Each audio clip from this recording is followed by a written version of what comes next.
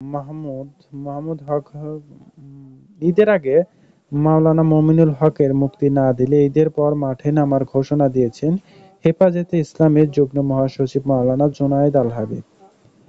শুক্রবার বিকেলে ঢাকার জামিয়া মাদ্রাসার এবং বাদিয়া মাদ্রাসার সাংগঠনিক এক ইফতার মাহফিলে মাওলানা জুনায়েদ আল হাবিবি এসব ঘোষণা দেন। অনুষ্ঠানে সংগঠনটির নেতা অভিযোগ করেন দেশটি দিল্লির আনুগত্য করে বাধ্য করা হচ্ছে। মাওলানা জুনায়েদ আল হাবিব বলেন, ঈদের আগেই মাওলানা মমিনুল হকের মুক্তি হবে, না হয় ঈদের পর আমরা মাঠে নামব। ১৯শে মার্চ মমিনুল হকের জামিন দেওয়ার কথা ছিল বলে জানান জুনায়েদ আল হাবিব। তিনি বলেন, আমাদের বলা হয়েছিল আপনারা জামিন আবেদন করেন, মুক্তি হয়ে যাবে, কিন্তু ১৯ তারিখে মুক্তি নাই। ঈদের পূর্বে মমিনুল হককে মুক্তি দেখতে চাই, না হলে ঈদের পর আঙুল বাঁকা করতে আমরা বাধ্য হব বলে জানিয়েছেন তারা।